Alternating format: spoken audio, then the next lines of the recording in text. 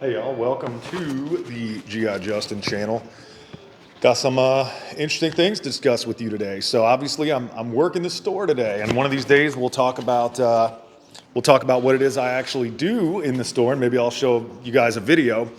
Today I want to talk to you about something that we've discussed the last couple days, that we've got some more discussion on that I think is something needs to be brought to our attention, and that is the discussion of these chemtrails we've been talking about. Everybody hit me up talking about how some of these chemtrails could be real, what they're doing, what these chemtrails are actually all about.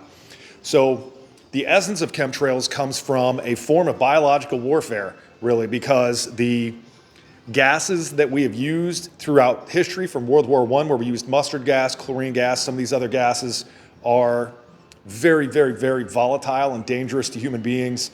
And they've also, the military's also previously, a long time ago, toyed with utilizing these delivery techniques to create new ways of dealing with enemy combatants.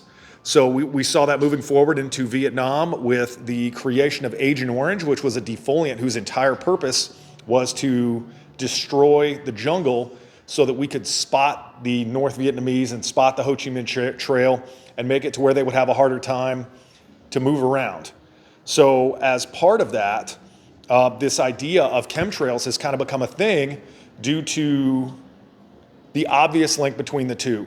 And one of the things that that they really say is, you look up in the sky and you'll see these white trails in the morning and during the day, and a lot of people have this idea that supports clouds and cloud seeding, basically, where we can create weather based on these chemicals that we're releasing into the air. So it's kind of an interesting idea, really, to think about. And one of the big ones when it comes to this is that there actually is a little bit of history behind it, where, like we were just talking about, with the with the use of gas and with the use of Agent Orange to try to basically make changes to the environment in a situation that we want it to change to. So interesting theories when it comes to this. One of the interesting theories is that COVID-19 is spread with chemtrails. Another one is to distribute the vaccine via chemtrail. These are some really, really interesting ideas. Another one is that one of the chemicals that is sprayed aids the government of the countries doing them in making us more passive and more controllable as people. And that's one of these things that I find really interesting, and you see these a lot on platforms like Facebook. Twitter has them all the time, and they're basically, in my opinion, it's another one of these fear-monger techniques, because like I've talked about, what happens is, as airplanes are flying at altitude, they're encountering freezing cold temperatures. The air is acted upon by the water vapor and the soot from the engines, superheating it and creating these things called contrails, which is what they really are. But we're here to discuss the conspiracy theory. People will say you can put vinegar outside in a small bowl, and that vinegar will neutralize the chemtrails' ability to influence you. I think it really dials kind of back to to what we're talking about how big a conspiracy theory this thing is, and I'd love to see what you guys think about this, because part of the deal there is, it's actually become like an international phenomenon where people across all kinds of countries, I was looking into it today, across all kinds of countries are all saying, yeah, these chemtrails are a real deal, and they're helping spread COVID. They are creating the need for the vaccine and all these different things, all the way down to psychedelic mind control, all this just really wild, robust stuff. So basically, the thing is, in reality, is it the case? I don't think so. I don't believe that it personally is, but at the same time, like we've talked about, it would be a very effective way to deliver whatever it is they may want to be putting out.